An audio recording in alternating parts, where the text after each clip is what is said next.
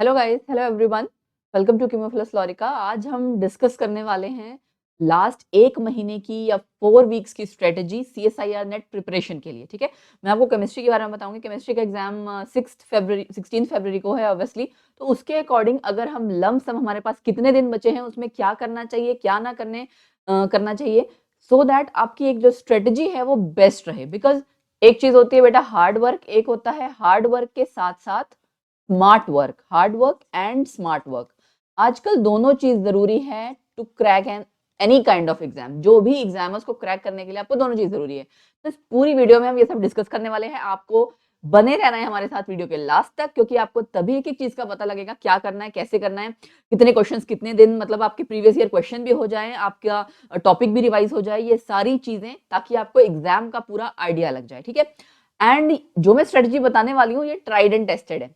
मैंने इस तरह की स्ट्रेटजी जितने भी एग्जाम्स में अपने फॉलो की है वो हमेशा, मतलब touch would buy God grace, हमेशा कारगर रही है मेरे लिए तो, एंड आई होप आप लोगों के लिए भी वर्क करेगी। चलो बिना किसी देरी के शुरू करते हैं। गाइज आपको पता है 16 फरवरी को केमिकल साइंस का पेपर है। ठीक है, शिफ्ट 2 में।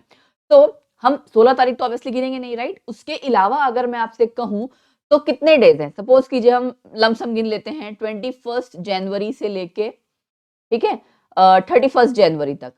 ये है हमारे पास जनवरी के डेज। एंड 1 फेब से लेके 15 फेब तक, 15 फेब। ठीक है, अप्रोक्सीमेटली इसको अगर हम मिला लें 26 डेज हैं, बट फिर भी मैं मान लेती हूँ 25 डेज। ठीक है, 24 25 डेज, 24 25 दिनों में आपको क्या क्या ऐसा करना है, क्या ऐसे टॉपिक्स हैं, मैंने उसको की पॉइंट्स मैंने नोट कर रखे हैं।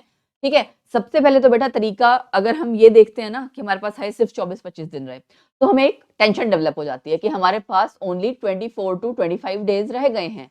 बट अपने माइंड को आपको ट्रिक करना है। अपने माइंड को ट्रिक करने का तरीका क्या है कि आप 1 घंटे में, एक दिन में, 1 डे में आपके पास कितने आवर्स हैं टोटल, 24 आवर्स होते हैं। Got it. तो स्ट्रेटजी आपकी ऐसी होनी चाहिए, आप दिन भर में, आपका ये हर बच्चे का डिपेंड करेगा। ठीक है, मैं आपको ओवरऑल ऑन एन एवरेज बता रही हूँ। हर बच्चे का अपना तरीका होता है, क्योंकि हर किसी के घर का माहौल डिफरेंट है, या उसका डेली का जो शेड्यूल है वो डिफरेंट है। आपके पढ़ने का, सोने का टाइम, किसी को शायद 5 घंटे चाहिए सोने के लिए, किसी को 6 घंटे चाहिए, एक्सरसाइज, ये वो, ईच एंड एवरीथिंग। अगर आप सब कुछ भी कट कर देते हैं तो एक दिन में मुझे लगता है 10 से 12 घंटे आप पढ़ने के लिए निकाल पा रहे होंगे। ठीक है, उसमें भी मैं मिनिमम वाला प्रेफर करती हूँ। मेरा तरीका ये है कि मैं ज्यादा नहीं, कम ही गिन के रखती हूँ, क्योंकि हमारे पास एक्स्ट्रा टाइम बचेगा तो आप रिवाइज कर सकते हैं। तो एक दिन में अगर आपके पास 10 घंटे निकल पा रहे हैं सीएसआईआर नेट प्रिपरेशन के लिए, तो 25 दिन में कितने आवर्स हो जाएंगे बेटा, 250 hours. So in total you have this much of hours, जिसको आपको कन्वर्ट करना है या छोटे छोटे टुकड़ों में डिवाइड करना है फॉर योर टॉपिक्स। ठीक है, अब टॉपिक्स की अगर बात आती है, आपको पता है तीनों स्पेशलाइजेशन है ना, इनऑर्गेनिक, ऑर्गेनिक एंड फिजिकल। अब ये डिपेंड करता है कि बच्चों जो भी है उसकी क्या स्पेशलाइजेशन है, किसकी उसमें मास्टरी ज्यादा है, उसको क्या चीज ज्यादा बेहतर तरीके से आता है, राइट। सो मोस्टली बच्चे, लेकिन ऑन एन एवरेज जितना से मैंने मतलब इंटरेक्ट किया एंड ऑल, ओवरऑल भी, चाहे किसी की ऑर्गेनिक स्पेशलाइजेशन है, फिर भी मोस्टली बच्चे इनऑर्गेनिक और फिजिकल ऑलमोस्ट कंप्लीट प्रिपेयर करते हैं। क्योंकि पहले तो सिर्फ 2 पढ़ के काम चल जाता था, अब ऐसा नहीं है। अब आपको 2 तो कंप्लीट करना है, तीसरे का भी आपको इंपॉर्टेंट टॉपिक्स कवर अप करने हैं। बिकॉज इसकी भी एग्जैक्टली ऑब्वियसली अगर मैं कहूँ तो किसी भी चीज की कंप्लीट श्योरिटी नहीं हो सकती है कि आपने जो टॉपिक पढ़ा उससे आप बिल्कुल अटेम्प्ट कर ही लोगे पेपर में, है ना, ऐसा नहीं हो सकता। तो आप वो एक मार्जिन लेके चलो, क्योंकि वो आपके लूप होल्स है, जो आपके मार्जिन है वो ध्यान में रखते हुए जब आप प्रिपरेशन करते हैं तब कोई गुंजाइश नहीं रहती किसी कमी की। तो आपने क्या करना है, इनऑर्गेनिक, फिजिकल, ऑलमोस्ट यही बच्चे करते हैं, इसको पूरा पूरा कवर अप कर लो। इसमें जो मेन टॉपिक्स हैं वो हम अभी डिस्कस करेंगे, ऑर्गेनिक के सिलेक्टेड टॉपिक्स।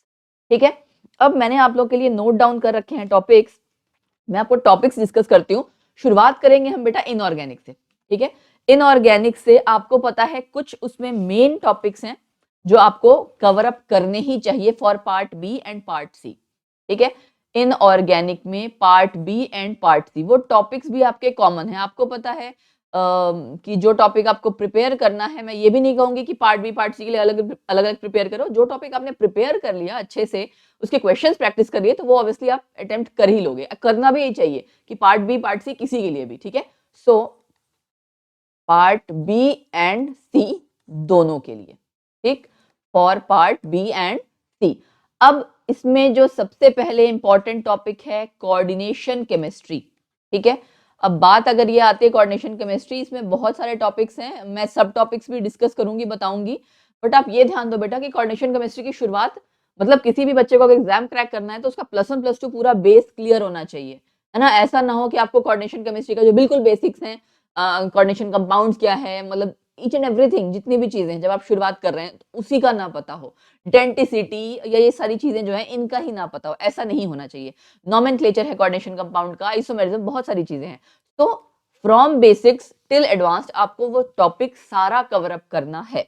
उसमें आपका 11th 12th ये सारी चीजें आती हैं, ठीक है। तरीका तो यही होता है तैयारी का, देखो बीएससी का आपका पूरा सिलेबस एंड देन एमएससी का सिलेबस, ठीक है। ये सारा सिलेबस आप रिवाइज करते हैं, plus previous year question PYQs जब आप करते हैं तब जाके आपकी कंप्लीट तैयारी होती है।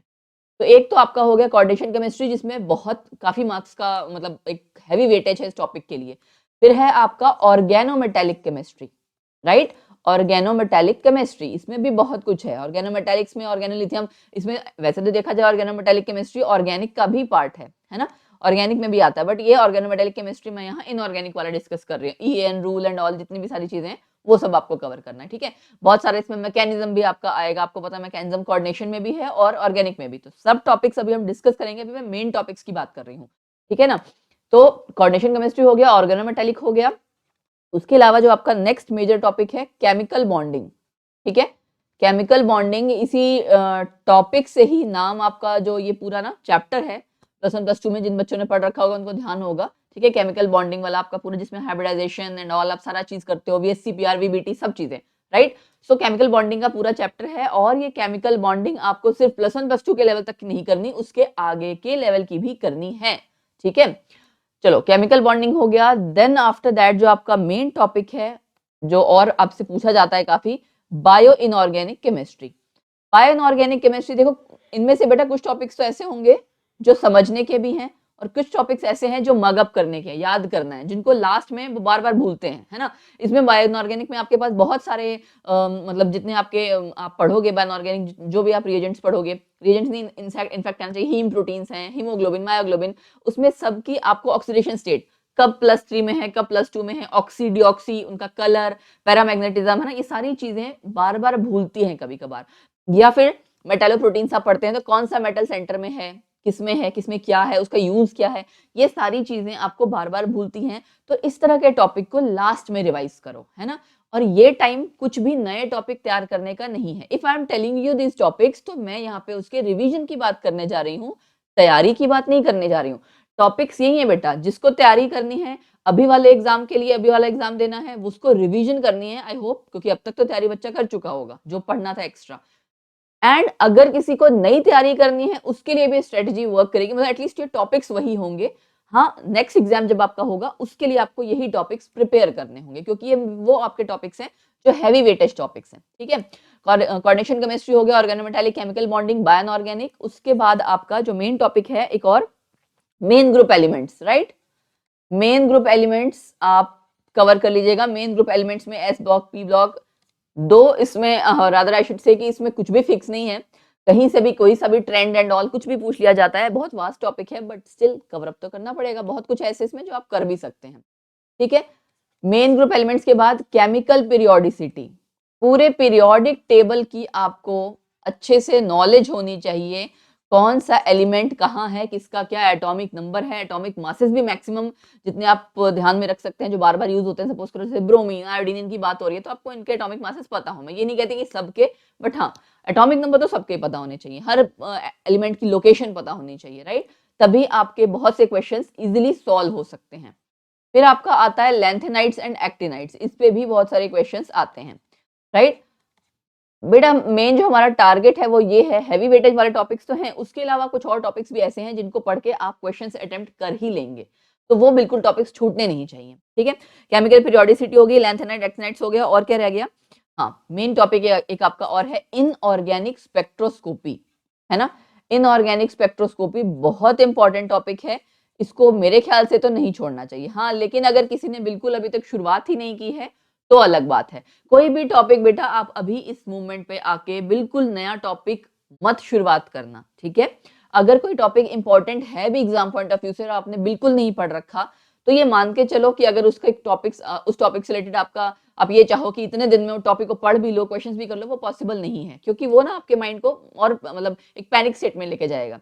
नया टॉपिक पढ़ने के लिए फ्रेश माइंड चाहिए। अभी तो लास्ट के डेज में सिर्फ रिवीजन चाहिए होती है और प्रीवियस ईयर क्वेश्चन सॉल्व करने होते हैं, दैट्स इट, राइट। सो अगर कोई नया टॉपिक ऐसा है जो इंपॉर्टेंट है और अपकमिंग एग्जाम में उसमें क्वेश्चंस आते हैं, आप टॉपिक तो नहीं पढ़ सकते but you can go for PYQs। तो मेरा तो सजेशन यही है, मैं खुद भी यही कोशिश करती थी कि क्वेश्चंस की प्रैक्टिस ज्यादा कर लो, राइट। एटलीस्ट आप जब उस टॉपिक से रिलेटेड आपने टॉपिक नहीं पढ़ा है, लेकिन जब आप क्वेश्चन सॉल्व करते हैं या एक्सप्लेनेशन देखेंगे आप, ठीक है, बहुत बहुत जगह आपको क्वेश्चन की एक्सप्लेनेशन मिल जाएंगी, राइट। तो आपका उनसे जब आप 10-20 क्वेश्चन 50 क्वेश्चन कर लोगे तो कम से कम थोड़ा सा आइडिया लग जाएगा। तो एटलीस्ट उस टॉपिक से आप कुछ क्वेश्चन जरूर अटेम्प्ट कर पाओगे, वो खाली नहीं जाएगा आपका, राइट। इनऑर्गेनिक स्पेक्ट्रोस्कोपी हो गया। उसके बाद आपका जो एक मेन चीज रह गया, ये एसिड बेस है ना। एसिड बेस वाली चीज, एसिड बेस में आपका जितने भी बेसिक से लेके सब कुछ, राइट। मतलब अगर मैं आपसे बात कर रही हूँ एसिड बेस शुरुआत से लेके हार्ड एसिड, सॉफ्ट एसिड, वो सारी चीजें कवर अप होनी चाहिए। +1 +2 BSc सारा कुछ, MSc सारा एसिड बेस में आपकी सारी आ जाती है चीजें, राइट। एसिड बेस के अलावा उसके बाद जो लास्ट टॉपिक है वो है एनालिटिकल। एनालिटिकल केमिस्ट्री, इसमें से काफी क्वेश्चन पूछ लिए जाते हैं, तो आई वोंट से कि इसको अब प्रिपेयर करने बैठो, इसको प्रिपेयर नहीं करना, इसके प्रीवियस ईयर क्वेश्चंस करने हैं सिर्फ, है ना। कुछ टॉपिक्स होते ही ऐसे हैं जिनके सिर्फ प्रीवियस ईयर क्वेश्चंस करने हैं। तो इनऑर्गेनिक में बेटा ये 10 टॉपिक हैं जिनको आपको आपको मैं क्या कहूँ कि इसकी डीप नॉलेज होनी चाहिए, है ना। इन्हीं में से आपके क्वेश्चंस मैक्सिमम कवर अप होते हैं, इनकी डीप नॉलेज हो, क्वेश्चंस की प्रैक्टिस हो। दोबारा बोल रही हूँ, no new topic should be started, no new topic should be started in these days, ठीक है। ओनली रिवीजन, उसी के पर्पज से ये स्ट्रेटजी है। हाँ, यही टॉपिक्स आप अगर फर्दर एग्जाम, जब आपका नेक्स्ट एग्जाम के लिए अगर आप प्रिपेयर कर रहे हैं, तो इन टॉपिक्स को डिटेल में प्रिपेयर करना और PYQs रेगुलर करना, ठीक है। अब तरीका क्या है कि एक बार मैं बाकियों की भी डिस्कस कर लूं, फिजिकल एंड ऑर्गेनिक का भी हम डिस्कस कर लें, उसके बाद मैं आपको बताती हूँ कि कैसे इसको आपको एग्जीक्यूट करना है प्लान, ठीक है। नेक्स्ट आपका है physical chemistry, right. Physical chemistry में भी देखो एक बहुत बड़ा टॉपिक है फिजिकल केमिस्ट्री का। आई डोंट नो किसी बच्चे ने अगर पहले शुरुआत कर रखी है उसकी तैयारी, या मतलब तब तो ठीक है। टॉपिक है आपका क्वांटम मैकेनिक्स, लेकिन अगर किसी ने शुरुआत नहीं की और आप ये चाह रहे हैं कि अभी इस लास्ट के 4 हफ्तों में पढ़ लें, तो पॉसिबल नहीं है। Then my dear friends, I would suggest you कि इसके जो सिंपल टॉपिक्स हैं, उनके जो PYQs हैं, आप सिर्फ वो कीजिए। क्यों? क्योंकि इसमें से बहुत क्वेश्चंस आते हैं, तो एटलीस्ट जो सिंपल वाले क्वेश्चंस हैं वो आप अटेम्प्ट कर पाएंगे अगर आपने प्रीवियस ईयर क्वेश्चंस कर रखे हैं, ठीक है। क्वांटम मैकेनिक्स हो गया। क्वांटम मैकेनिक्स के बाद जो आपका मेन टॉपिक है, जो मतलब आपको कवर अप करना चाहिए, मॉलिक्यूलर स्पेक्ट्रोस्कोपी, ठीक है। ये भी वही टॉपिक है कि अगर किसी ने बिल्कुल पहले नहीं शुरुआत कर रखा तो भाई समझ ही नहीं आएगा, है ना। But I think molecular spectroscopy में वाइब्रेशनल, रमन स्पेक्ट्रा, रोटेशनल, सारी चीजें, इसके क्वेश्चंस आप करोगे तो टॉपिक आपका थोड़ा थोड़ा सा तैयार हो जाता है ना।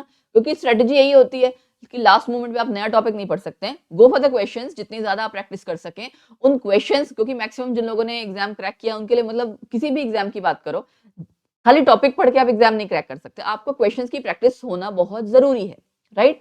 तो क्वांटम मैकेनिक्स हो गया, मॉलिक्यूलर स्पेक्ट्रोस्कोपी हो गया। उसके अलावा आपका अगर मैं आपसे कहूं सबसे पहले जो आपको तैयार कर लेना चाहिए, दैट इज केमिकल काइनेटिक्स, ठीक है ना। केमिकल काइनेटिक्स, ठीक है, इसके क्वेश्चंस। फिर आपका आता है नेक्स्ट थर्मोडायनेमिक्स। थर्मोडायनेमिक्स में आपका मतलब क्लासिकल एंड स्टैटिस्टिकल दोनों, ठीक है ना। पहले वाला जो आपका थर्मो, मतलब इसको आप चलो अलग टॉपिक लिख लो, क्योंकि कुछ बच्चों को फिर डाउट रह जाता है, तो कोई बात नहीं, अलग कर लेते हैं, है ना। तो थर्मोडायनेमिक्स हो गया। उसके बाद आप स्टैटिस्टिकल थर्मोडायनेमिक्स, इसके क्वेश्चंस न्यूमेरिकल्स आते ही आते हैं, है ना। अब कुछ टॉपिक्स तो ऐसे हैं जिनको आपको डिटेल में पढ़ने की जरूरत नहीं है इस मूवमेंट पे, आपने आई एम श्योर अब तक नोट्स अपने बना रखे होंगे, उनको रिवाइज करना है जस्ट। स्टैटिस्टिकल थर्मोडायनेमिक्स के अलावा आपका जो टॉपिक आपको पढ़ लेना चाहिए, दैट इज इलेक्ट्रोकेमिस्ट्री, ठीक है ना। इलेक्ट्रोकेमिस्ट्री के क्वेश्चंस आपके सिंपल सिंपल जो हैं, वो बेसिक्स अगर किसी बच्चे का क्लियर है तो वो कवर अप कर पाएगा। इलेक्ट्रोकेमिस्ट्री के बाद आपका बेटा एक सॉलिड स्टेट है, इसमें से क्वेश्चंस आ ही जाते हैं, 2 मार्कर्स वाले भी, 4 मार्क्स वाले भी कई बार आ जाते हैं, तो सॉलिड स्टेट इंपॉर्टेंट टॉपिक हो गया, ठीक है। सॉलिड स्टेट के बाद जो आपका है एक सरफेस केमिस्ट्री, जिसमें भी मेनली क्या है सरफेस केमिस्ट्री में, कोलॉइड्स, ठीक है ना, सरफेस केमिस्ट्री में भी कोलॉइड्स, तो ये टॉपिक आपका होना चाहिए। अच्छा, उसके अलावा सरफेस केमिस्ट्री हो गया, इलेक्ट्रोकेमिस्ट्री, सॉलिड स्टेट, क्या चीज मिस हो रही है, यस पॉलीमर केमिस्ट्री, ठीक है। पॉलीमर केमिस्ट्री तो मुझे लगता है क्रैश कोर्स आपको इसके कई जगह मिल जाएंगे, मैं भी करवा दूंगी, रिवीजन हम इसका कर लेंगे, बहुत छोटा सा टॉपिक है बट इससे क्वेश्चन जरूर आता है, राइट, एंड 4 मार्क्स 2 मार्क्स दोनों में ही आ जाता है, तो आपको इसको पढ़ ही लेना चाहिए मेरे ख्याल से। तो पॉलीमर केमिस्ट्री के अलावा जो आपका एक लॉस्ट टॉपिक है वो है इक्विलिब्रियम, चाहे वो आयनिक है चाहे वो केमिकल है ना, याद है ली शैटलियर प्रिंसिपल, पीएच निकालना एंड ऑल। तो इसके फिजिकल केमिस्ट्री के ये 10 टॉपिक्स हैं जो मुझे लगता है अच्छे से आने चाहिए। अब बात आती है कि इसमें जो मुश्किल टॉपिक है, आसान टॉपिक है, राइट। एक टॉपिक आपका और आता है ग्रुप थ्योरी, ग्रुप थ्योरी भी है, लेकिन बेटा ग्रुप थ्योरी जिसने तो पहले कर रखी है फाइन, जिसने नहीं कर रखी वो मत छेड़ना, मैं सही बता रही हूँ। Quantum mechanics and group theory जिसने नहीं कर रखी है वो बिल्कुल नया टॉपिक इस टाइम मत शुरू करना, सिर्फ कुछ सिंपल प्रीवियस ईयर क्वेश्चंस करना, वो भी सिंपल वाले, ठीक है ना, वो आपको देख के अंदाजा पता लग जाएगा कि बिल्कुल ही बाउंसर जा रही है, समझ में आ रहा है, इस टाइम रिवीजन के टाइम में यही किया जाता है। बाकी ऐसे मैक्सिमम टॉपिक्स जितने हैं जिनको आप कवर अप कर सकते हैं आई think, right. And molecular spectroscopy के तो जब आप क्वेश्चंस करोगे तो आपका टॉपिक थोड़ा थोड़ा क्लियर हो जाएगा, ठीक है। ये बात तो हो गई आपकी फिजिकल और इनऑर्गेनिक की। अब बात आती है ऑर्गेनिक की। ऑर्गेनिक में बेटा टॉपिक्स जैसे बहुत इंपॉर्टेंट हैं, कई सारे हैं, मैं पहले आपको टॉपिक्स सारे बता देती हूँ, ठीक है, उसमें भी कैटेगराइज कर लेती हूँ कि सिंपल कौन सा है और मतलब इस तरह से जिसकी स्पेशलाइजेशन है वो कौन सा कर सकता है। Organic spectroscopy, right, organic spectroscopy में सारा आ जाएगा, NMR, IR, each and everything, सारा कुछ है ना। और ऑर्गेनिक स्पेक्ट्रोस्कोपी से एक्चुअली स्पेक्ट्रोस्कोपी तो ना तीनों की ही जरूरी है, इंपॉर्टेंट है, क्योंकि ये सारी कनेक्टेड है, उसमें आप ये नहीं कह सकते फिजिकल की ऑर्गेनिक की, स्पेक्ट्रोस्कोपी टॉपिक ही अपने आप में इंपॉर्टेंट है, राइट। ऑर्गेनिक स्पेक्ट्रोस्कोपी हो गया।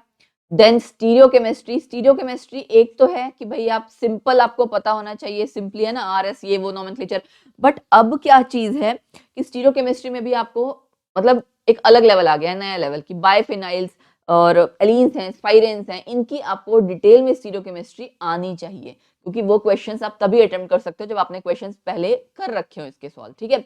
ऑर्गेनिक स्पेक्ट्रोस्कोपी हो गई। जनरल ऑर्गेनिक केमिस्ट्री कि आपको इफेक्ट्स पता हो, है ना, इंडक्टिव जितने इफेक्ट्स हैं, एसिडिटी कब इंक्रीज हो रही है, बेसिसिटी कब हो रही, तो कार्बोकैटायंस, इंटरमीडिएट्स पे बेसिस, कार्बीन्स, नाइट्रीन्स, इन पे बेस्ड जो आपके क्वेश्चंस हैं जनरल ऑर्गेनिक केमिस्ट्री जीओसी, वो आपको आना चाहिए। फिर है आपका पेरीसाइक्लिक एंड फोटोकेमिस्ट्री, इनके क्वेश्चंस कंबाइंड ही आते हैं, है ना, तो पेरीसाइक्लिक एंड फोटोकेमिस्ट्री, इसमें भी आपका बेटा कुछ जो ज्यादा डीप में अगर जिस बच्चे ने पहले नहीं पढ़ रखा है ना वो समझ नहीं आएगा, तो मैं तो अभी आपको इन जनरल टॉपिक्स बता रही हूँ, क्योंकि मुझे बताने हैं ओवरऑल हर तरह के बच्चे के लिए, मतलब चाहे किसी ने फिजिकल तैयारी करनी है, किसी ने ऑर्गेनिक, इनऑर्गेनिक, सब, है ना, तो इसलिए हम टॉपिक्स हर बच्चे के अकॉर्डिंग डिस्कस कर रहे हैं, ठीक है। फिर आपका आता है इसमें heterocyclic chemistry, right, heterocyclic chemistry, heterocyclic compounds, इसके तो आप प्रीवियस ईयर क्वेश्चंस भी कर लोगे तो आपकी काफी तैयारी हो जाएगी, ठीक है। इसी तरह से आपका है नेचुरल प्रोडक्ट्स, नेचुरल प्रोडक्ट्स हो गया, इसके भी क्वेश्चंस पहले जैसे आपको ऐसा लगेगा जैसे बायोटाइप पढ़ रहे हो, नेचुरल प्रोडक्ट्स हो गया। देन एरोमेटिसिटी, ठीक है, एरोमेटिसिटी, तो ये क्वेश्चंस हो गए आपके, इसमें कोई क्वेश्चन कोई टॉपिक मिस तो नहीं रह गया? नहीं, हाँ ये हैं वो जो सिंपल वाले हैं। इसके अलावा बेटा मतलब मुझे लगता है ये तो ऑलमोस्ट सबको कवर अप कर ही लेने चाहिए। उसके अलावा जो स्पेशलाइजेशन वाले बच्चे हैं उनको जितने भी रीएजेंट्स हैं वो काफी हद तक याद होते हैं। रीएजेंट्स हो गया, नेम रिएक्शन एंड रीअरेंजमेंट्स, ठीक है, रीअरेंजमेंट्स, इन पे आपके बेस क्वेश्चंस आते हैं। फिर आपका आता है intermediates and reaction mechanism, intermediates and reaction mechanism, ठीक है, ये टॉपिक हो गया। इसके अलावा आपका एक जो इंपॉर्टेंट टॉपिक रह गया दैट इज एसिमेट्रिक सिंथेसिस, ठीक है, मैं यहाँ लिख देती हूँ एसिमेट्रिक सिंथेसिस। तो ये तो वो उन बच्चों को समझ में आएगा जो स्पेशलाइजेशन वाले हैं, एसिमेट्रिक सिंथेसिस, अदरवाइज बाकियों को नहीं आएगा, राइट, क्योंकि आप लोगों ने उतना पढ़ा नहीं होता है। इसमें से बेटा मुझे ऐसा लगता है ऑर्गेनिक स्पेक्ट्रोस्कोपी ये सबको आनी चाहिए, GOC, heterocyclic, natural products, aromaticity, ये तो बिल्कुल कर ही लो। रीएजेंट्स जो आपके सिंपल सिंपल हैं सिर्फ वो कर लो तो काफी ठीक रहेगा। स्टीरियोकेमिस्ट्री में भी आपको मैंने आपको जैसे बता दिया ना, एलीन्स, ठीक है, स्पाइरेन्स, और उसके अलावा आपका स्पाइरेन्स के, एलीन्स के एंड यस बाइसाइक्लो कंपाउंड्स, ठीक है। इन सब का आईयूपीएस, हाँ इनका आईयूपीएसी नोमेनक्लेचर वगैरह भी काफी पूछ लिया जाता है, कंफर्मेशंस काफी पूछ लिए जाते हैं। तो इसमें आप ऑब्वियसली ये सारा स्टीरियोकेमिस्ट्री में ही आ गया, तो इसलिए एक ये टॉपिक, इनके सबके आप प्रीवियस ईयर क्वेश्चंस भी करोगे ना तो आपकी काफी प्रैक्टिस हो जाएगी। ये जितने टॉपिक्स हैं, अगर इनकेस आपने मतलब थोड़ा बहुत भी आपको इनके बारे में नॉलेज है तो आप सिर्फ प्रीवियस ईयर क्वेश्चंस कर लीजिए। मैं बार बार इसलिए जोर दे रही हूँ, ठीक है। अब बात आती है बेटा इन सारे टॉपिक्स को आपको डिवाइड कैसे करना है, कि आपकी स्ट्रेटजी कैसी है, ठीक है। जितने टॉपिक्स हैं, सपोज करो इसमें भी कितने थे ये, 1 2 3 4 5 6 7 8 9 10, सपोज करो इन टोटल आपके पास 30 टॉपिक्स हैं, है ना, सब मिला लें अगर हम, आपके पास 30 टॉपिक्स हैं, तो आपने क्या करना है, उन 30 टॉपिक्स के एक तो जो आपके सब टॉपिक्स हैं वो एक जगह पूरा लिखो आप, ठीक है। उसमें भी क्योंकि हर बच्चे का अपना तरीका है, किसी को सपोज करो किसी की कोऑर्डिनेशन केमिस्ट्री इतनी अच्छी है कि उसको रिवीजन के लिए बस 1 घंटा चाहिए, ऐसे भी लोग होंगे, राइट। सो हर बच्चे के लिए मैं एग्जैक्टली ये नहीं कह सकती कि इस टॉपिक को आपको इतने ही आवर्स देने चाहिए, 4 घंटे इसमें 2 ही दो या 5 घंटे 2 ही दो, नहीं, ऐसा जरूरी नहीं है। आपके पास 30 टॉपिक्स हैं जिसको आपको ब्रेक करना है इन 250 आवर्स। अब इन टॉपिक्स में उसके क्विक नोट रिवीजन भी है ना, क्विक नोट रिवीजन, उसके अलावा आपके पीवाईक्यूज, बाकी और क्वेश्चंस करने की जरूरत नहीं है अभी, सिर्फ पीवाईक्यूज। तो मतलब आप हर टॉपिक के एक तो 50-50 क्वेश्चन जरूर कर लो, 50 से मतलब एटलीस्ट इस मूवमेंट में। पहले तो चलो जो किया सो किया, ठीक है, बट अभी प्रेजेंट में मैं ये कहूंगी 50 से 60-70 क्वेश्चन जो हैं हर टॉपिक के कर लो। जब आप एक बारी लगातार बैठते हो बेटा, टॉपिक पढ़ते हो, उसके साथ के साथ क्वेश्चंस हो जाते हैं, ठीक है। तो at least 50 to 60 questions her topic के जरूर कीजिए, ठीक है। तो अब आप ये देख लो, हिसाब लगा लो कि सपोज करो किसी बच्चे का जैसे केमिकल काइनेटिक्स है, बहुत अच्छे से तैयार है, उसको टाइम नहीं लगेगा, राइट। कोई भी आपका जो भी मैंने टॉपिक्स आपको डिस्कस किए हैं, आप अपने अपने अकॉर्डिंग उसको सपोज करो, ऐसे टाइम डिनोट करो, सीके को मुझे रिवाइज करना है 4 आवर्स में, ठीक है, और 4 आवर्स में आपको टॉपिक भी रिवाइज करना है, पीवाईक्यूज भी करना है, अच्छा ठीक है। उसके बाद आपने कहा क्या सोचा कि हाँ मुझे थर्मो रिवाइज करें, थर्मो में तो मुझे ज्यादा जरूरत नहीं है, थर्मो तो मैं 2 आवर्स में इसके सारे क्वेश्चन एंड टॉपिक सारा कुछ रिवाइज कर दूंगा, राइट। तो इस तरह से आप आर वाइज डिवाइड करो, 250 आवर्स को आपने डिवाइड करना है 30 टॉपिक्स में, got it.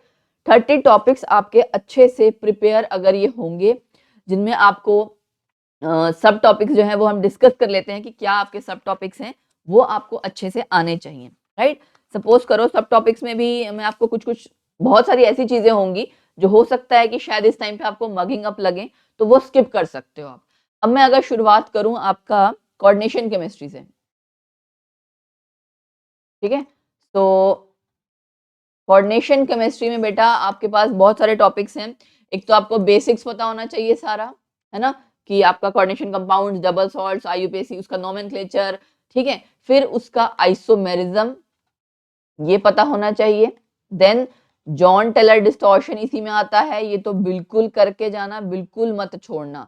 John Taylor distortion हो गया, एटॉमिक स्पेक्ट्रा जिसमें आपके एटॉमिक एंड मॉलिक्यूलर स्पेक्ट्रा दोनों ही, एटॉमिक एंड मॉलिक्यूलर स्पेक्ट्रा, इसमें आपका क्या आता है, टर्म सिंबल्स, ठीक है ना, टर्म सिंबल्स, उनके आगे सिलेक्शन रूल हैं, ट्रांजिशन कौन सी अलाउड होगी कौन सी नहीं होगी, राइट। ये सारी चीजें अगर आपने आपको ध्यान हो, एलएस कपलिंग भी आपने कर रखी होगी, है ना, ट्रांजिशन कौन सी अलाउड है नहीं अलाउड है। इसके साथ कोऑर्डिनेशन केमिस्ट्री के साथ ना ट्रांजिशन मेटल कंपाउंड्स भी लिख लो, क्योंकि ये इसके साथ कनेक्टेड ही है ऑब्वियसली। ट्रांजिशन मेटल केमिस्ट्री और ट्रांजिशन मेटल कंपाउंड्स जो है वो सारे आपके आ जाएंगे, कौन सी ट्रांजिशन अलाउड है कौन सी नहीं है, राइट। अच्छा तो इस ये आपका किस में आ जाता है, सिलेक्शन रूल्स में, ठीक है। उसके बाद आपका इसमें टॉपिक आएगा इनर आउटर स्फीयर मैकेनिज्म, है ना, इनर आउटर स्फीयर मैकेनिज्म, ठीक। इसके एग्जांपल्स वगैरह ये आपको आने चाहिए। डीडी ट्रांजिशंस, डीडी ट्रांजिशंस क्या होती हैं क्या नहीं। अब ये जो टॉपिक है ना, इनको अलग अलग आप हम ऐसे ऑब्वियसली जिस बच्चे ने बेसिक पढ़ रखा है उसको पता होगा, बट उसको अटेम्प्ट कैसे करना है, मतलब उसको अप्लाई कैसे करना है, वो आप प्रीवियस ईयर क्वेश्चंस जब करेंगे आपको तभी आएगा। ये गलती मत करना, मैं पहले कर चुकी हूँ, जब मैंने फर्स्ट टाइम प्रिपेयर किया था तो मतलब मैंने क्वेश्चंस की प्रैक्टिस कम की थी। तो देन आई रियलाइज्ड कि यार लगता है ऐसा है कि टॉपिक पढ़ लिया आता है, बट उस टॉपिक को आपको अप्लाई कैसे करना है, वो जब तक आप क्वेश्चंस नहीं करोगे आपको समझ ही नहीं आएगा कि मुझे उसमें करना क्या है भाई। ठीक है, अच्छा देन आपका आता है charge transfer spectra. Charge transfer spectra जिसमें आपका आता है LMCT, MLCT, है ना, इस तरह का। ये आपका कौन सी ट्रांजिशन किसमें होगी, कौन सा ट्रांसफर स्पेक्ट्रा किसमें है, ये आपका ligand to metal charge transfer, metal to ligand charge transfer, ये शॉर्ट फॉर्म जो मैंने लिखी है ना, आई होप बच्चों को पता होगा जो तैयारी कर रहे हैं। तो LMCT, MLCT ये टॉपिक आपका आ गया। ठीक है, उसके बाद आपके आते हैं ऑर्गल डायग्राम्स। ऑर्गल डायग्राम्स बहुत इंपॉर्टेंट है, ये जरूर करना। उसके अलावा बेटा आपके तनाबे सुगानो डायग्राम, ये जितने डायग्राम्स हैं वो इंपॉर्टेंट है, कोरिलेशन डायग्राम्स, बट उनमें बहुत कुछ मगिंग अप भी है तो नहीं ध्यान रहता। अगर ऐसा है तो आप उसको स्किप कर सकते हो, उसके अलावा बाकी चीजें कवर अप कर लो। ऑर्गल डायग्राम हो गए, उसके बाद स्पेक्ट्रोकेमिकल सीरीज अगर आपको ध्यान हो, है ना, स्पेक्ट्रोकेमिकल सीरीज हो गई, देन ट्रांस इफेक्ट हो गया। ठीक है, अच्छा ट्रांस इफेक्ट के बाद आपका आ गया pi donor, pi donor, sigma donor, pi acceptor, कौन कौन से किसके क्या एग्जाम्पल हैं वो पता होना चाहिए। ठीक है, कॉम्प्लेक्सेस इनके बारे में आपको आइडिया होना चाहिए। कोऑर्डिनेशन केमिस्ट्री में और क्या था, हाँ CFSC, कोऑर्डिनेशन केमिस्ट्री में CFSC जिसमें आपकी वो आती है सारी CFT। ठीक है, VBT पता होगा, CFT पता होगा, तभी आप CFSC आगे निकाल पाओगे। पेयरिंग एनर्जी क्या चीज है, तो ये आपके जो मतलब एक तरह से अगर किसी बच्चे ने +1 +2 ग्रेजुएशन इतना बेसिक्स कवर अप कर रखा है तो उसको सारे टॉपिक्स अपने दिमाग में ऑलरेडी क्लियर होंगे कि कौन कौन से टॉपिक कहाँ कहाँ से हैं जिनको हमें पढ़ना है, राइट। फिर आपका आ गया रिएक्शन मैकेनिज्म कोऑर्डिनेशन कंपाउंड्स का, रिएक्शन मैकेनिज्म कोऑर्डिनेशन कंपाउंड्स का मैं कह रही हूँ, जिसमें आपका एसोसिएटिव डिसोसिएटिव ये सारी चीजें आती है। रिएक्शन मैकेनिज्म हो गया, ठीक। देन आपका हो गया, मैंने आपको ये बता दिया ना, हाँ MOT molecular orbital theory, MOT, CFT, VBT ये सारी कर लेना, बहुत जरूरी है। ठीक है, अच्छा ये आपका केमिकल बॉन्डिंग में भी वैसे कवर अप हो जाता है ऑब्वियसली ये वाला टॉपिक, बट कोई बात नहीं हमने यहाँ कर लिया। देन आपका कोई टॉपिक मिस तो नहीं हो रहा, स्पेक्ट्रोकेमिकल सीरीज मैंने आपको बता दिया। Then yes colour of coordination compounds, ठीक है, कलर एंड मैग्नेटिज्म इसके बारे में पता होना चाहिए, कब पैरामैग्नेटिक है कब डायमैग्नेटिक है, ये सारी चीजें। तो ऑलमोस्ट इसमें मुझे लगता है मैंने आपके सारे टॉपिक्स कवर अप करवा दिए। जॉन डिलेट डिसॉर्प्शन हो गया, इनर मैकेनिज्म यस, ठीक है, सिलेक्शन रूल, तो हाँ लेबाइल इनर्ट कॉम्प्लेक्स मुझे लग रहा था कि ये रह गया, लेबाइल एंड इनर्ट कॉम्प्लेक्सेस, ठीक है, labile and inert complexes. And अगर आपने CFT पढ़ा होगा तो CFT में आपको ध्यान हो हाई स्पिन लो स्पिन कॉम्प्लेक्सेस, है ना, हाई स्पिन लो स्पिन, तो ये सारी चीजों का आपको आपको अच्छे से नॉलेज होनी चाहिए। तो ये आपका पूरा कवर अप हो जाएगा क्या, कोऑर्डिनेशन केमिस्ट्री। ठीक है, फिर अगला आपका आता है ऑर्गेनोमेटेलिक केमिस्ट्री। ऑर्गेनोमेटेलिक केमिस्ट्री ये दो टॉपिक्स हो ना, इसके बहुत हैवी वेटेज वाले हैं भाई, मतलब मुझे ऐसा लगता है इनमें बहुत कुछ पढ़ने को है, आपको पता ही है। ठीक है, और इसमें आपका फिर से स्टार्टिंग से आपका वो रिएक्शन मैकेनिज्म जिन लोगों ने पढ़ रखा होगा, ऑक्सीडेटिव एडिशन, माइग्रेटरी इंसर्शन, ये सारी चीजें, ठीक है, उसमें आपका मैकेनिज्म आपको पता होना चाहिए, कब कहाँ कौन सी ऑक्सीडेशन स्टेट से वो एक्ट कर रहा है, कैटलिस्ट कौन सा है, ठीक है, ये सारी चीजें इसमें आपको ऑब्वियसली कनेक्टिंग है ये। तो रिएक्शन मैकेनिज्म आपको इसका आना चाहिए, होमोजेनस कैटालिसिस अगर आपको ध्यान हो, ये इसी का टॉपिक है, बहुत इंपॉर्टेंट है, इसमें आपको आना चाहिए कौन सा कैटलिस्ट कहाँ से क्या यूज हो रहा है वो सारी चीजें। ठीक है, अच्छा जितनी भी आपकी कपलिंग रिएक्शंस हैं, कपलिंग रिएक्शंस इसमें बहुत सारी आती है ना, सुजुकी, देन कुमाडा, और कौन सी थी, हेक कपलिंग। ठीक है, तो ये सारी कपलिंग रिएक्शंस का आपको पता होना चाहिए, उनका आप जब रिएक्शंस करोगे तो क्या क्या चेंजेस आ रहे हैं, किसका क्या ऑक्सीडेशन स्टेट चेंज हो रही है, कैसे चेंज हो रहा है, वो सब पता होना चाहिए। मेटल कार्बोनिल्स अपने आप में बहुत बड़ा टॉपिक है, बहुत इंपॉर्टेंट टॉपिक है। मेटल कार्बोनिल्स, कार्बोनिल्स में आपकी IR की स्ट्रेचिंग एंड ऑल ये सारी चीजें पता होनी चाहिए। इंडक्टिव इफेक्ट लगेगा तो उसकी स्ट्रेचिंग आपकी वैल्यू कैसे चेंज होगी, फ्रीक्वेंसी कैसे चेंज होगी, ये सब कुछ उसमें आएगा। मेटल क्लस्टर्स उसके बाद एक बहुत इंपॉर्टेंट टॉपिक है। मेटल क्लस्टर्स में अगर आपको ध्यान ध्यान हो, मेटल मेटल बॉन्ड कौन सा होता है ना, मेटल मेटल बॉन्ड कितने हैं, स्केलेटल पेयर कितने हैं, स्केलेटल इलेक्ट्रॉन पेयर्स, तो ये सारी चीजें आपके मेटल क्लस्टर्स वाली चीज इसमें जो है काफी सारा कुछ कवर अप हो जाएगा। ठीक है, टर्म सिंबल्स हमने उसमें कवर अप कर लिए थे, राइट। टर्म सिंबल्स के साथ हाँ इसमें एक चीज और था, टर्म सिंबल्स जहाँ मैंने करवाया आपको करवाया था ना, एटॉमिक स्पेक्ट्रा, इसमें एक चीज और कर लेना, एटॉमिक स्पेक्ट्रा में माइक्रोस्टेट्स, याद है माइक्रोस्टेट्स कैलकुलेट करना, है ना। ये माइक्रोस्टेट्स वैसे आपका जब आप स्टैटिस्टिकल थर्मोडायनामिक्स करते हो वहां पे भी क्वेश्चन उससे रिलेटेड भी आता है, बट मैं यहाँ पे इनऑर्गेनिक वाले की बात कर रही हूँ। अच्छा, उसके बाद आपका आता है लिगेंड्स एंड ऑल, आपका सब क्या चीज है, कितने इलेक्ट्रॉन डोनर है ना, लिगेंड्स वगैरह के पूरे बेसिक्स, हेप्टिसिटी, डेंटिसिटी, हेप्टिसिटी, मैंने आपको पहले भी कहा था ये टॉपिक अच्छे से क्लियर होने चाहिए। अच्छा, EAN रूल, है ना, EAN रूल कौन सा ऑर्गेनोमेटेलिक कंपाउंड फॉलो कर रहा है, कौन सा नहीं कर रहा, इसके एक्सेप्शंस, तो बुक्स भी अभी हम डिस्कस करेंगे, मेन बुक्स जो आपकी, जिसमें आपको चलो बताई देती हूँ साथ के साथ, मिस्टर एंड टार, जेम्स सूही, इनको तो बहुत अच्छे से, जेडी ली, ये अच्छे से मतलब आपको मुझे लगता है कि बेसिक बुक्स है, ठीक है ना, बेसिक, पर्टिकुलर बुक्स की बात नहीं मैं कर रहा, बेसिक बुक्स कह रही हूँ कि इसमें तो आपको ऑलमोस्ट ये सारी कवर अप आपकी होनी ही चाहिए, क्योंकि क्वेश्चन बहुत बार इसमें से डायरेक्टली पिकअप किया होता है, ठीक है ना, इस वजह से। ठीक, होमोजेनियस कैटालिसिस मैंने आपको बता दिया। अच्छा, उसके बाद आपके कुछ टॉपिक्स आपके और आते हैं बेटा, मिंगोज रूल, ठीक है, स्टाइक्स रूल, अगर आपको ध्यान हो, Styx rule, Wade's rule, then आपका था MNX, MNO rule, sorry, right, MNO rule, ये सारी चीजें आपको अगर ध्यान हो, बोरेन्स, कार्बोरेन्स, ये टॉपिक इसी में आपका कवर अप हो जाएगा ऑलमोस्ट, है ना, बोरेन्स हो गया, कार्बोरेन्स हो गया, हेट्रोबोरेन्स हो गया, उसमें आपके बहुत सारे, मतलब ये इन जनरल सुपरफिशियली नहीं, एक BH का कितने के बराबर है, कितने इलेक्ट्रॉन्स के बराबर है, क्या मतलब है, ये सारी चीजें पता होनी चाहिए। अच्छा, इसी के साथ आपका आता है आइसोलोबल एनालॉजी, ठीक है, कौन सा आपका कंपाउंड दूसरे किसके इलेक्ट्रॉन्स के बराबर है, इसमें भी, इसके भी आपके क्वेश्चंस हैं, ये बड़े छोटे छोटे टॉपिक्स हैं जो आपको अच्छे से आने चाहिए, जिनमें क्वेश्चंस आता ही आता है। तो ऑर्गेनोमेटालिक में आई थिंक मैंने आपका सारा कवर अप करा दिया। बोरेन्स में अगर आपको ध्यान हो, क्लोजोनिडो एंड ऑल, ये सब पता होने चाहिए ना, उनके एग्जांपल, एंड वो C12 ये है, ऐसा वैसा, उसके जितने आपके बॉन्ड्स हैं, किसके बीच में कितने बॉन्ड्स हैं, तो क्लोजोनिडो एंड ऑल, ये बेसिक्स जो हैं उसके बारे में बात कर रही हूँ कि ये बच्चे का कवर अप होना चाहिए। तो आई थिंक इसमें भी मैंने आपके मेटल केज क्लस्टर वगैरह बता दिए। हाँ, यस, फेरोसिन रह गया एक, ठीक है। और जितनी आपकी होमोजेनियस कैटालिसिस में जितनी आपकी रिएक्शंस है ना, Monsanto acetic acid process, hydroformylation, then Ziegler Natta catalyst, then Wacker process, Cativa process, ये जितने प्रोसेस हैं आपके, ये सारे प्रोसेस आपको आने चाहिए, वो सारा आपका इसमें आ जाएगा होमोजेनियस कैटालिसिस में, है ना। ये काफी बड़ा टॉपिक है, तो इसको आपको अच्छे से, कौन सा किस वाली रिएक्शन के लिए कौन सा कैटलिस्ट यूज होता है, और यूज हो रहा है तो किस में कन्वर्ट हो रहा है, ठीक है ना। मैंने जैसे आपसे कहा, मैंने वैकर प्रोसेस, किसमें कौन सा कैटलिस्ट यूज हो रहा है, उसकी ऑक्सीडेशन स्टेट, ये सारी चीजें आपको पता होनी चाहिए इसमें ऑर्गेनोमेटालिक केमिस्ट्री के लिए, और ये तभी आती है जब आप क्वेश्चंस की प्रैक्टिस करते हैं। इसमें एक टॉपिक मिस हो रहा है, फेरोसिन, फेरोसिन पूरा अच्छे से पढ़ लेना, राइट। एंड एक होता है आपका ग्रब्स कैटलिस्ट, ग्रब्स कैटलिस्ट पढ़ लेना, और आई थिंक टेबोलिफिनेशन, मतलब इस तरह तो कई तरह के रिएक्शंस हैं फिर, बट ये है कि हाँ, होमोजेनियस कैटालिसिस में एक चीज और आती थी, टर्नओवर नंबर, ठीक है ना,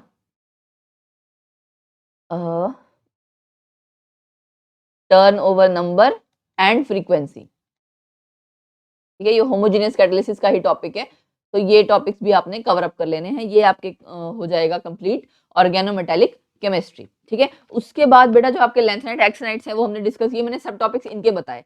उसके अलावा अगर आप देखो तो हमारे जो टॉपिक है, रुको एक मिनट, मैं एक बार इनऑर्गेनिक खोल लूं, ठीक है, कोऑर्डिनेशन हो गया, है ना, कोऑर्डिनेशन हो गया, हमने कर लिया डिस्कस ऑर्गेनोमेटालिक। बायोऑर्गेनिक का मैंने आपको बता ही दिया, मेटालोप्रोटीन्स हैं, हीम प्रोटीन्स हो गया, आयरन मतलब हीमोग्लोबिन, मायोग्लोबिन, ये सारे टॉपिक्स आपको जो है उसके क्वेश्चंस ही करने हैं, ठीक है। मेन ग्रुप एलिमेंट्स में आपका फ्रेंड्स वगैरह जितने हैं, आपको ऑक्सो एसिड्स, ऑक्सो एसिड्स की फिर इसकी ऑक्सीडेशन स्टेट कहाँ है, क्या है, जिनॉन के जितने कंपाउंड्स हैं वो सब पता होने चाहिए, उनकी आपको पता होगा, हाइब्रिडाइजेशन, ज्योमेट्री, सारी चीजें पता होनी चाहिए, राइट। केमिकल बॉन्डिंग में आपका VSCPR थ्योरी आपकी कवर अप हो जाती है पूरी, फॉर्मल चार्ज है, हाइब्रिडाइजेशन आपको कैलकुलेट करने आनी चाहिए, ज्योमेट्री कैलकुलेट करनी आनी चाहिए, ये वो बेसिक टॉपिक्स हैं जो हर बच्चे ने आई थिंक किए होंगे, ठीक है ना। इनको आपको एक बार रिवाइज कर लेना, क्योंकि ये लास्ट तक कई बार भूल जाते हैं, सिंपल क्वेश्चंस भी आप भूल जाते हैं, नहीं कर पाते हैं उस टाइम में, तो ये आपको सारे कवर अप हो जाने चाहिए केमिकल बॉन्डिंग वगैरह में। उसके अलावा if I am not wrong, chemical bonding हो गया, बायोऑर्गेनिक हो गया, बायोऑर्गेनिक में एक चीज और, मेटालो एंजाइम्स, इसमें कौन सा मेटल है ये मैंने आपको पहले बता दिया था ना, विटामिन B12, अच्छा हीम प्रोटीन्स हो गया, फेरिटीन, नाइट्रोजनेज, ये सारी चीज भी कवर अप कर लेना। तो बैन ऑर्गेनिक का तो आप जो आपने पहले नोट्स बना रखे होंगे और प्रीवियस ईयर क्वेश्चन, बस इतना ही करना, उससे ज्यादा मत करना, ठीक है ना। सो ये आपके मेन टॉपिक्स हो गए इसके लिए। फिर आपके पीरियोडिसिटी, मैंने आपको पहले ही बता दिया, पीरियोडिसिटी पूरा पीरियोडिक टेबल आपका अच्छे से रटा होना चाहिए। रटा इन द सेंस कि कौन सा कहाँ पे एलिमेंट है, इसकी लोकेशन कहाँ है, क्या है, एटॉमिक नंबर उसका, ये सारी चीजें। लेंथेनाइट एक्सनाइट में आपको पता है कॉन्ट्रैक्शन, उसके consequences, oxidation state, spectra, magnetism, ये सारी चीजें, हाउ टू सेपरेट देम, ठीक है ना, ये भी बहुत पूछ लिया जाता है। अच्छा, किसके कौन से ओर्स हैं, कभी कभार उस पर भी क्वेश्चन आ जाता है। स्पेक्ट्रोस्कोपी का तो आप सिर्फ क्वेश्चन ही करना, ईएसआर, ईपीआर, मतलब ठीक है, ये चीजें आपको आ जानी चाहिए। अच्छा, केमिकल बॉन्डिंग में मैंने हाइब्रिडाइजेशन आपको पहले ही बता दिया। एसिड बेस में बेटा आपने शुरुआत करनी है अर्हेनियस, ब्रॉन्स्टेड, लॉरी, लुईस, इन सब के बारे में आपको पता होना चाहिए कौन सा क्या कॉन्सेप्ट है, ठीक है। And hard soft, hard HSAB principle जिसे आप कहते हैं, hard soft acid base principle, वो अच्छे से आना चाहिए। कंडक्टोमेट्री वगैरह के जो आपके ग्राफ्स हैं वो आपको अच्छे से आने चाहिए। आपका ख्याल एनालिटिकल केमिस्ट्री में आ जाएगा कि आपके एनालिटिकल केमिस्ट्री में DSC और TGA, इस तरह के जितने एनालिटिकल केमिस्ट्री के भी आपको कैलोरीमेट्री, ये इसके आपके डायरेक्ट क्वेश्चंस आते हैं, ठीक है। डायरेक्ट क्वेश्चंस आप इसके प्रीवियस ईयर क्वेश्चंस ही करना, सिर्फ इसके ओनली प्रीवियस ईयर क्वेश्चंस करोगे एनालिटिकल केमिस्ट्री के, तो मेरे ख्याल से ठीक रहेगा। तो ये आपके बेसिक टॉपिक्स इसी तरह से किसके कवर हो गए, इनऑर्गेनिक केमिस्ट्री के, राइट। अब इसके बाद बात आती है फिजिकल केमिस्ट्री की, जिसमें आपने जो जिनको अगर टॉपिक्स पढ़ रखा है तो ठीक है, otherwise quantum mechanics, molecular spectroscopy, group theory, इनके तो सिर्फ प्रीवियस ईयर क्वेश्चन ही करना बेटा। उसके अलावा केमिकल काइनेटिक्स में आपको सबका जो बेसिक है ना, रेडियो एक्टिव डिके है, जितने ग्राफ्स हैं वो ग्राफ्स आपको पता होने चाहिए, कौन सा ग्राफ का क्या मतलब है, कब कहाँ क्या कांस्टेंट है, ठीक है। न्यूमेरिकल्स इसमें काफी पूछ लिए जाते हैं केमिकल काइनेटिक्स में, तो जितने आपके first order second order kinetics हैं, सारी चीजें आपको आनी चाहिए, राइट। एंड खाली बेसिक वाला नहीं, जो आपका MSc लेवल का केमिकल काइनेटिक्स है, मैं उसकी भी बात कर रही हूँ, राइट। तो आपको जैसे आपका वो आता है अप्रोक्सीमेशन लगाना, वो आपको आना चाहिए। तो ये सारी चीजें आपके काइनेटिक्स में कवर होती हैं। इजी टॉपिक है, मुश्किल नहीं है, इसको कवर अप जरूर कर लेना एंड क्वेश्चंस करने हैं। फिर थर्मोडायनेमिक्स, स्टैटिस्टिकल थर्मोडायनेमिक्स, इसमें W आपका कैलकुलेट करना है, राइट। तो स्टैटिस्टिकल थर्मोडायनेमिक्स W क्या था आपका, प्रोबेबिलिटी, राइट। तो ये सब चीजें आपकी जो बेसिक्स हैं, इंसेम्बल क्या है, कैनोनिकल इंसेम्बल्स हैं, किस में क्या चीज कांस्टेंट है, E कब कांस्टेंट है ना, V कब कांस्टेंट, ये सारी चीजें। इलेक्ट्रोकेमिस्ट्री में आपका क्या आ जाएगा, अगर आपको ध्यान हो, मोबिलिटी, आयनिक स्ट्रेंथ, ये सब चीजें बात आ जाए। बेसिक्स तो है ही, बेसिक्स के अलावा भी आपको करने हैं, ठीक है ना। मैं आपको इन जनरल जब भी मैं बता रही हूँ टॉपिक, तो ये मान के चल रही हूँ कि उस बच्चे ने उन टॉपिक्स को ऑलरेडी सुन रखा होगा, राइट। अच्छा, एक चीज और जो मुझे इनऑर्गेनिक में बताने हैं, कुछ टॉपिक्स इनऑर्गेनिक के एक्स्ट्रा, एक बार फिजिकल कवर कर लूं, मुझे इनऑर्गेनिक के कुछ टॉपिक्स एक्स्ट्रा याद आ रहे हैं जो मैं आपको बता दूंगी कि वो आपने कवर अप कर लेने हैं, ठीक है। फिर मॉलिक्यूलर स्पेक्ट्रोस्कोपी में आप फिजिकल स्पेक्ट्रोस्कोपी जरूर कर लेना, physical spectroscopy, right. Physical spectroscopy में वो वाइब्रेशनल, रोटेशनल, प्योर वाइब्रेशनल, ये सारे कवर अप करने हैं, रमन स्पेक्ट्रा, राइट। तो ये इनके जो PQR ब्रांचेज हैं वो क्या ब्रांचेज हैं, जो उसकी एनर्जी की वैल्यू है, रिजिड, रोटेटर, डायटोमिक, ये सारी चीजें आपने कवर अप करनी है, ठीक है उनको। और खाली पढ़ना नहीं है, इनके क्वेश्चन जरूर करने हैं। इनके क्वेश्चन अगर नहीं किए ना, तो सच में समझ नहीं आता है कि भाई मतलब अप्लाई कैसे करना है, राइट। अच्छा, उसके बाद स्पेक्ट्रा मैंने आपको बता दिया जी। हाँ, मैक्सवेल रिलेशन, थर्मोडायनेमिक्स में याद आ गया मुझे, मैक्सवेल रिलेशंस बहुत इंपॉर्टेंट है बेटा, ठीक है।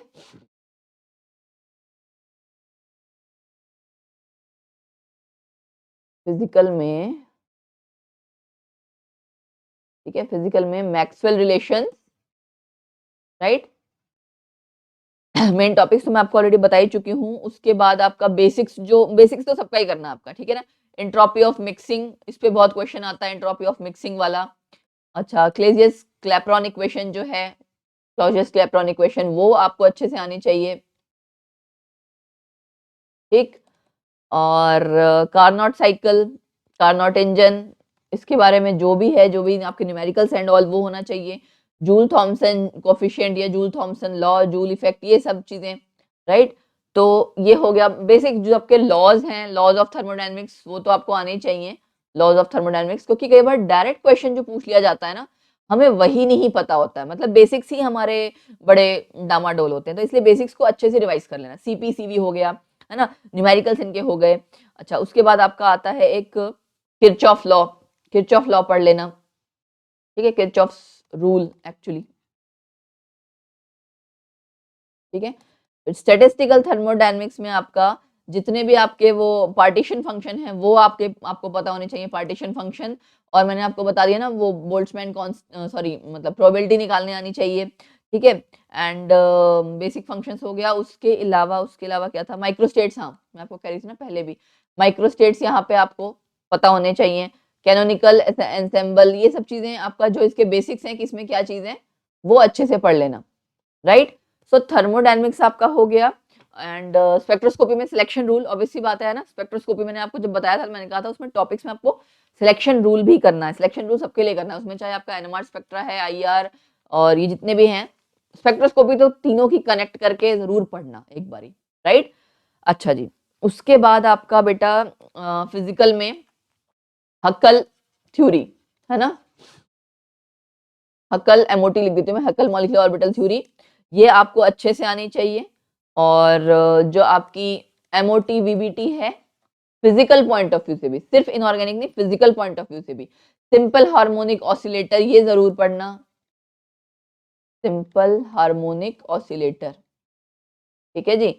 और रेडियल एंड एंगुलर नोड्स, इस पे क्वेश्चन आ जाते हैं। एक्चुअली इसके लिए तो पूरी शर्मा पठानिया अच्छी बुक है काफी, कि आप पूरी शर्मा पठानिया फिजिकल के लिए कंप्लीट अच्छे से पढ़ लो, तो मुझे लगता है काफी हद तक आपकी प्रॉब्लम सॉल्व हो जाएगी। और प्रीवियस ईयर क्वेश्चंस करो, ठीक है ना। अच्छा, उसके बाद इलेक्ट्रोकेमिस्ट्री में आपका जो बेटा इलेक्ट्रोड पोटेंशियल एंड ऑल है, ई नॉट के बारे में अगर आप पढ़ते हो, ईएमएफ वगैरह हो गया, ठीक है, कैसे कैलकुलेट करते हैं वो, अगर आप निकल के साथ स्पून से स्टर करोगे, निकल उसमें स्टोर कर सकते हैं नहीं कर सकते, इस तरह के जो क्वेश्चंस है ना इलेक्ट्रोड पोटेंशियल वाले, ये सारे तो आपको करने ही है, ठीक है। उसके बाद नर्नेस्ट इक्वेशन हो गई, नर्नेस्ट इक्वेशन पे बेस्ड क्वेश्चन आता है, ऑक्सीडेशन रिडक्शन, अगर आपको ध्यान हो, square bracket oxidation reduction, EMF calculate करना होता है उसमें भी, तो वो हो गया।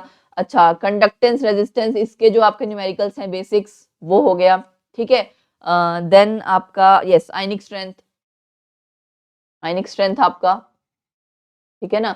मोबिलिटी पे क्वेश्चंस आता है, ट्रांसपोर्ट नंबर, और मोबिलिटी हो गया, ट्रांसपोर्ट नंबर हो गया।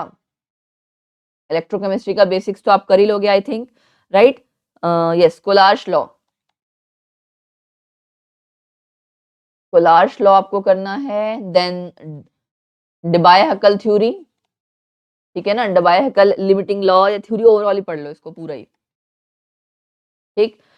ये टॉपिक हो गया जी। उसके अलावा एक्टिविटी कोएफिशिएंट, ध्यान हो अगर आपको, एक्टिविटी कोएफिशिएंट या इस सब के बारे में आपको पढ़ना है।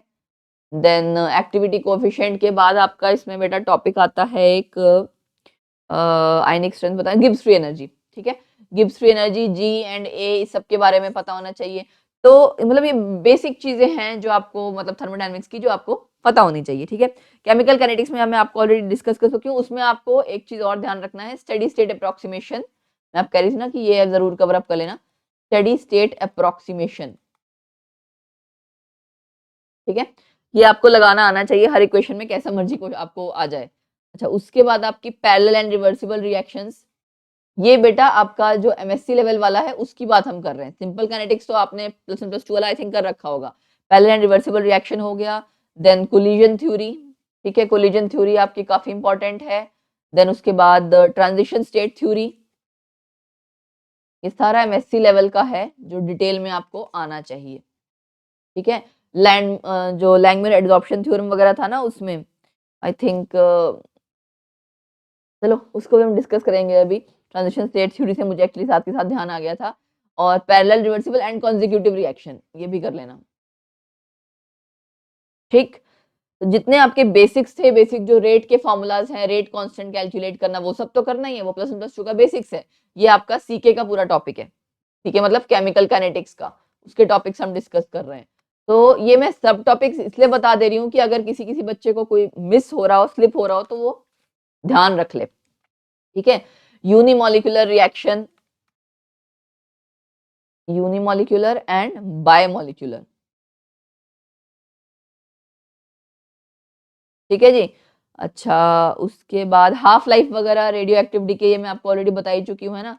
हाफ लाइफ हो गया, रेडियो एक्टिव डिके वाले चीज हो गई, मतलब वो इक्वेशन अप्लाई करके न्यूमेरिकल्स, न्यूमेरिकल्स पे भी जरूर फोकस करना। न्यूमेरिकल्स जहां जहां हैं आपको पता ही है, वो इंपॉर्टेंट पार्ट न्यूमेरिकल का बिल्कुल स्किप मत करना। उसमें तो इनफैक्ट मुझे लगता है कि आसान है करना। माइकलिस मेंटन इक्वेशन ये जरूर करना, ठीक है। माइकलिस मेंटन इक्वेशन, इसमें और क्या था, हाँ एक एर्हेनियस इक्वेशन था, एर्हेनियस इक्वेशन, ठीक है, और एंजाइम कैटालिसिस, ठीक। ये सारा आपका सीके में कवर अप हो जाएगा। ग्रुप थ्योरी का बेटा मैं डिटेल नहीं बता रही, क्योंकि ग्रुप थ्योरी में आपके मिल्कन सिंबल्स हैं, जो पॉइंट ग्रुप्स हैं, ये सारी चीजें जो बेसिक्स हैं उसके क्वेश्चंस, प्रीवियस ईयर क्वेश्चंस कर लेना, जो लोग अगर मतलब जिन्होंने थोड़ा बहुत जिनको आइडिया है, ठीक है। जिसने कभी नहीं छेड़ी ना वो प्रीवियस ईयर क्वेश्चन भी मत करो, मुझे लगता है, वरना समझ ही नहीं आता कभी कभार, राइट। अच्छा, उसके अलावा उसमें आपका उसमें बहुत कुछ है एक्चुअली, आगे मोड्स निकालना, वाइब्रेशनल मोड्स, रोटेशनल मोड्स, है ना, बहुत कुछ है। सॉलिड स्टेट आपका जो एक टॉपिक है, इसको बिल्कुल मत छोड़ना। जो +2 वाला आपका टॉपिक है ना सॉलिड स्टेट, उसको एक तो पूरा अच्छे से रिवाइज कर लो पहले। उसमें आपका जितनी चीजें फॉर्मूला निकालना से लेके छोटे छोटे न्यूमेरिकल्स, डेंसिटी, ये वो जितने हैं वो सब कर लेना, ठीक है ना। डिफेक्ट्स हो गए आपके फ्रेंकल शॉर्ट की एंड ऑल, तो +2 का तो सॉलिड स्टेट आपको पूरा अच्छे से करना ही करना है। तो और मेरे ख्याल से उतना कर लोगे तो मोर देन सफिशिएंट है सॉलिड स्टेट के लिए। उसके अलावा आपका मिलर इंडिसेस, इस पे क्वेश्चन आता है, ठीक है। और पैकिंग फ्रैक्शन वगैरह तो चलो आपका उसमें पहले आ जाएगा, मिलर इंडिसेस और ब्रैग्स इक्वेशन, ब्रैग्स लॉ जो है आपका पूरा, एंड तीसरा है आपका इंटरप्लेनर डिस्टेंस, ये इसके साथ ही आ जाएगा, इंटरप्लेनर डिस्टेंस, ठीक है। और अलग अलग लैटिस के लिए वो एच कैलकुलेट करना, है ना, आई जे के एच, वो आपकी चीजें ऐसी हैं कि ये जब आप पढ़ोगे Miller indices, Bragg's equation and जितने भी अलग अलग लैटिस हैं उन सब के बारे में पता होना चाहिए, बेसिक्स में आ जाएगा, बीसीसी, एफसीसी, सिंपल वाले जो आपका क्यूबिक लैटिस है, इन सब के बारे में डिटेल। तो ये सारा बेसिक तो आई होप आपको ऑलरेडी +2 वाला पता होगा, मैं इसीलिए उसको बहुत ज्यादा डिटेल में नहीं बता रही हूँ, ठीक है ना। अच्छा, उसके बाद डिफेक्ट्स हमने कह दिए, बैंड थ्योरी भी जरूर करना, band theory and defects, defects, ठीक है। सो पैकिंग फ्रैक्शन वगैरह हो गया, ये सब चीजें मैं आपको ऑलरेडी बता चुकी हूँ, ठीक है। सॉलिड स्टेट इसलिए वो टॉपिक है जो आप अच्छे से जरूर रिवाइज कर लेना। फिर आपका आता है सरफेस केमिस्ट्री में, जिसमें हमने ये कहा था कि कोलॉइड्स जरूर अच्छे से कीजिएगा, ठीक है। वैसे तो आपका देखो सरफेस केमिस्ट्री में लैंगम्यूर एडजॉर्प्शन आइसोथ्योरम, लैंगम्यूर एडजॉर्प्शन आइसोथर्म, अच्छा उसके अलावा आपका केमीज ऑप्शन, फिजियोज ऑप्शन, ये तो आपको ध्यान ही होगा, केमी एंड फिजियो, है ना। लायोफोबिक, लायोफिलिक जितना आपका है, ये चीजें आपको पता होनी चाहिए, बेसिक्स जो है, मतलब वही बात आ गई +2 वाला, वो तो अच्छे से रिवाइज कर ही लेना। कोलॉइड्स में जितने एग्जाम्पल हैं, ठीक है, अगर हम बात कर रहे हैं कि जेल है या मतलब कोई भी एग्जाम्पल आपका आ जाता है, तो वो किस वाले टाइप्स ऑफ कोलॉइड्स, बेसिकली मैं कहना चाहूंगी टाइप्स जो इसके हैं वो पूरे अच्छे से कर लेना, राइट।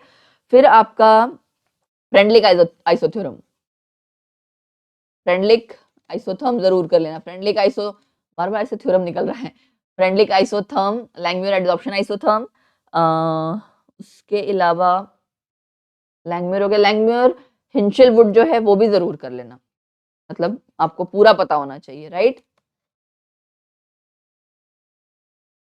और मैंने लैंगम्यूर हिंशेल वुड हो गया, इसका मैकेनिज्म है, हाँ बीटी थ्योरम, वही मैं सोचू मैं कुछ मिस कर रही थी, बीईटी थ्योरम जो आपका बार बार थ्योरम निकल रहा है एक्चुअली में, मैथ्स की हो ना अगर तो बार बार थ्योरम ही निकलता है, बीईटी आइसोथर्म, ये हो गया। और एक चीज और, इसमें आपके जितने ग्राफ्स हैं, न्यूमेरिकल्स और ग्राफ्स, वो जरूर करना, सीके में भी और यहाँ पे भी, ग्राफ्स एंड न्यूमेरिकल्स सारे करना, ठीक है। उसके अलावा बेटा जो एक्स्ट्रा टॉपिक्स है ना फिजिकल के, एक तो वो पॉलीमर है, इक्विलिब्रियम हो गया, हमने जो डिस्कस किया था ना, इक्विलिब्रियम हो गया, जो आपका एनालिटिकल केमिस्ट्री है, इस तरह के जो आपके टॉपिक्स हैं उनके प्रीवियस ईयर क्वेश्चंस ही करना, तो मेरे ख्याल से ठीक रहेगा, ठीक। और रही बात आपकी आती है ऑर्गेनिक की, ऑर्गेनिक में मैं आपको बता दूं जो मेन टॉपिक्स हमने डिस्कस किए थे, अगर आपको ध्यान हो, एक मिनट, ये स्पेक्ट्रोस्कोपी में तो आपको सबको ध्यान ही है, IR, UV, NMR, इसके जितने न्यूमेरिकल्स हैं वो अच्छे से कर लेना। ऑर्गेनिक स्पेक्ट्रोस्कोपी अपने आप में बहुत इंपॉर्टेंट है। स्टीरियोकेमिस्ट्री मैंने आपको ये बता दिया ना, एलीन्स, पायरेन्स, बाइसाइक्लो, ये सब हैं, इनका IUPAC नोमेनक्लेचर भी आना चाहिए, ठीक है। इन सबका IUPAC नोमेनक्लेचर अच्छे से कर लेना, बहुत इंपॉर्टेंट है, क्योंकि पेरिसाइक्लिक फोटोकेमिस्ट्री अगर हो जाता है तो अच्छी बात है, नहीं तो कोई बात नहीं, स्किप कर देना। इसमें जो सिंपल वाली रिएक्शंस हैं, बार्टन रिएक्शन हो गई, नॉरिश 1 नॉरिश टाइप 2 है ना, वो कर लेना। और सिग्मा ट्रॉपिक राइट? इस तरह से जितने जो सिंपल है सिर्फ वो पढ़ लेना एक बारी, बहुत ज्यादा नहीं। हेटेरोसाइक्लिक नेचुरल प्रोडक्ट्स, एरोमेटिसिटी, इनके प्रीवियस ईयर क्वेश्चंस कर लेना। तो इतने में मुझे लगता है आपकी ऑर्गेनिक कवर अप हो जानी चाहिए। ठीक है, आरएस नोमेनक्लेचर हो गया, और जनरल ऑर्गेनिक केमिस्ट्री तो मुझे लगता है जो प्लस 1 प्लस 2 की केमिस्ट्री है, जनरल ऑर्गेनिक केमिस्ट्री, वो आप लोगों ने आई थिंक थोड़ी बहुत पढ़ रखी होगी। वो अगर आपके माइंड में है तो आपके कुछ क्वेश्चंस काफी अटेम्प्ट हो जाएंगे। ठीक है ना, उनमें इफेक्ट्स वगैरह आ जाता है, एसिडिटी बेसिसिटी का ट्रेंड है जो, वो सब आ जाता है। तो ये जरूर कर लेना। हेटेरोसाइक्लिक कंपाउंड्स जो हैं, इनको इनके क्वेश्चंस अच्छे से कर लेना, क्योंकि मतलब बहुत छोटा सा टॉपिक है, बट आप इसमें से क्वेश्चंस अटेम्प्ट कर पाओगे। तो ओवरऑल अगर मैं आपसे कहूं कि आपके जितने टॉपिक्स हैं, कोई नया टॉपिक नहीं शुरू करना। जितने टॉपिक्स मैंने डिस्कस किए हैं, इनके आप अगर सिर्फ प्रीवियस क्वेश्चंस भी कर जाते हो ना, अगर आपने कभी पहले पढ़ रखा है, तो भी लोगों का बेड़ा पार हो जाएगा। ठीक है, सो गाइज आई होप आपको जो भी मैंने स्ट्रेटेजी डिस्कस की है, आप उसको फॉलो कर पाएंगे अपने अकॉर्डिंग। इसको नंबर ऑफ आवर्स डिस्ट्रीब्यूट कर लेना, नंबर ऑफ आवर्स से डिस्ट्रीब्यूट करना है, क्योंकि मैं आपको पहले भी बता रही हूँ, अपने दिमाग के साथ आपको खुद ही ट्रिक करना है। जब हम देखते हैं ना कि हाय हमारे पास 250 घंटे हैं, या अगर हम ये कहते हैं हाय हमारे पास सिर्फ 25 दिन है, 25 और 250 नंबर सुनते ही दिमाग में मतलब एक, आप कह सकते हो ना, एक डिफरेंस नजर आता है। ठीक है, उससे आपको कॉन्फिडेंस मिलता नहीं, यार 250 घंटे बहुत होते हैं, मैं कर लूंगी, है ना, इस तरह से आपकी फीलिंग आती है। तो आपको जितने भी टॉपिक्स हैं उनको नंबर ऑफ आवर्स में डिस्ट्रीब्यूट करना है अपने अकॉर्डिंग। हर बच्चे का अपने अकॉर्डिंग होगा। जिसने जो टॉपिक ज्यादा पढ़ रखा है वो उसका जल्दी रिवाइज हो जाएगा। जो टॉपिक आपने कम पढ़ रखा है, इसमें थोड़ा टाइम देना है, इसके क्वेश्चन की प्रैक्टिस ज्यादा देनी है, उसमें थोड़ा सा नंबर ऑफ आवर्स ज्यादा लगेंगे। उसके अकॉर्डिंग ये एडजस्ट कर लेना अपने number of hours, and questions की प्रैक्टिस जरूर जरूर जरूर करना, और वो भी PYQs only, previous year questions. क्यों? क्योंकि वो आपको हेल्प करेंगे, कॉन्फिडेंस देंगे एग्जाम के लिए। तो आई होप ये लास्ट के 24-25 दिन आप अपने स्ट्रेटेजी अच्छे से फॉलो कर पाएंगे। एंड गाइज, अगर वीडियो पसंद आई हो तो प्लीज लाइक करना, एंड इसको अपने फ्रेंड सर्कल में भी और बाकी सब जगह भी शेयर जरूर करना, सो दैट किसी और की भी हेल्प हो जाए। Right, so please like share subscribe. Subscribe उनके लिए जो पहली बार आए हैं, एंड सब्सक्राइब करना मत भूलना, क्योंकि सब्सक्राइब करके जब आप वो बेल आइकन जो उसको प्रेस करते हो, ऑल नोटिफिकेशंस पे क्लिक करते हो, तो आपके पास सारी वीडियोस आती हैं। ठीक है, इनमें से ऑब्वियसली हमारे पास डेज कम बचे, हम सारे टॉपिक्स तो नहीं रिवाइज कर सकते, बट कुछ कुछ टॉपिक्स हम जरूर रिवाइज करेंगे अलॉन्ग विद द क्वेश्चंस। तो बने रहिए हमारे साथ उसके लिए। Again subscribe, hit the like button, share करो गाइज, ऑल नोटिफिकेशंस पे क्लिक करना। फिर मिलेंगे एक नई वीडियो के साथ, कुछ नए क्वेश्चंस एंड टॉपिक्स के साथ। ठीक है, ऑल दी बेस्ट, कमर कस लो, लास्ट 24-25 दिन रह गए, अच्छे से रिवाइज कर लेना। तो ठीक है जी, bye bye, take care, God bless you. And yes, Facebook page भी हमारा जरूर फॉलो किया करो, हम रेगुलरली इन्फॉर्मेशन शेयर करते हैं। एंड कम्युनिटी पोस्ट चैनल की जरूर चेक किया करो, क्योंकि कई बार ऐसा होता है बहुत सारी इन्फॉर्मेशन हम ड्रॉप करते हैं, बट आप लोग देख नहीं पाते हैं। तो please community post and Facebook का जो पेज है, इसको भी फॉलो कर लीजिएगा, रेगुलरली चेक करते रहा करो। ठीक है, तो बाय बाय, टेक केयर।